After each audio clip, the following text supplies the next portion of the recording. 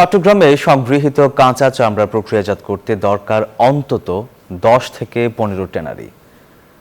সবেধন নীলমণি হিসেবে আছে একটি মাত্র ট্যানারি, রিফ লেদার লিমিটেড।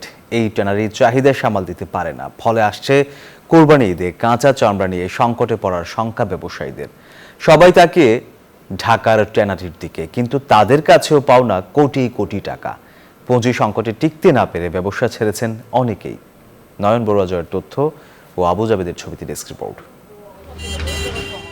কোরবানির এক মৌসুমেই চট্টগ্রামে গড়ে সংগ্রহ করা হয় 3.5 লাখ পিস চামড়া। রিফ লেদার নিতে পারে সর্বোচ্চ 1 লাখ পিস।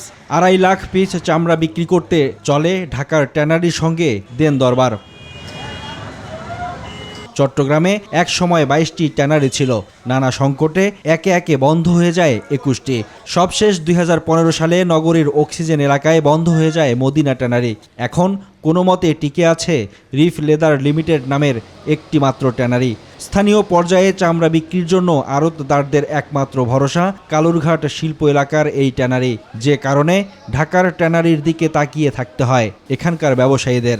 ঢাকার ট্যানারি মালিকদের কাছে টাকা আটকে পড়ায় পুঁজি হারিয়ে নিঃস্ব তারা। 60 লক্ষ টাকার উপরে আমার টাকা। একদম অবস্থা খারাপ হয়ে গেছে। আমরা তো আজ 2-1 বছর আমি সামলাও কিনতে পারতেছি না।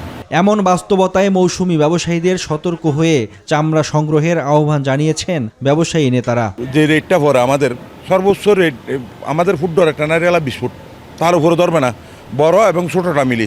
এখন এইখানে 200-250 ব্যবসায়ীর থেকে এখন আমরা 20-30 জনে চলে আসছি। শুধু একটি মাত্র কারণ, সেটা হচ্ছে ট্যানারি। চট্টগ্রামে কোনো ট্যানারি নেই। আমরা চামড়া বিক্রি করতে গেলে ঢাকামুখী হয়ে ঢাকায় ট্যানারির মালিকদের কাছে বিক্রি করতে হয়, ঢাকা আড়তদের কাছে বিক্রি করতে হয়। চামড়া শিল্পকে টিকিয়ে রাখতে হলে দেশে পরিবেশ সম্মতভাবে বেশি বেশি চামড়াজাত পণ্যের ফ্যাক্টরি গড়ে তোলার দাবিও জানিয়েছেন চামড়া ব্যবসায়ীরা। আমরা এই লবণযুক্ত এটা না করে আমাদের এই স্লটার হাউস করলে আমাদের চামড়াটা একবার ফ্রেশ চামড়া হবে, সবগুলো কোনো লেস কাট থাকবে না, কোনো কিছু থাকবে না। আমরা এটা আমার সরকারের কাছে আমার এটা আবেদন। যদিও সিটি মেয়র বলছেন জাতীয় সম্পদ চামড়া যেন নষ্ট না হয় সেদিকে নজর আছে তাদের। চামড়া যাতে নষ্ট না হয় সে ব্যাপারে আমরা ব্যাপারীদের সাথে বৈঠক করেছি, সমন্বয় সভা করেছি। আমাদের গতবারও নজর ছিল, এবারও নজর আছে। 2019 ও 2020 সালে সংরক্ষণের অভাবে এবং ভয়াবহ দরপতনের কারণে চট্টগ্রামে কোরবানির পশুর চামড়া রাস্তায় ফেলে দিতে বাধ্য হয়েছিলেন মৌসুমি ব্যবসায়ীরা। তখন এসব চামড়ার স্থান হয়েছিল সিটি কর্পোরেশনের ময়লার ভাগাড়ে। Desk report, news 24।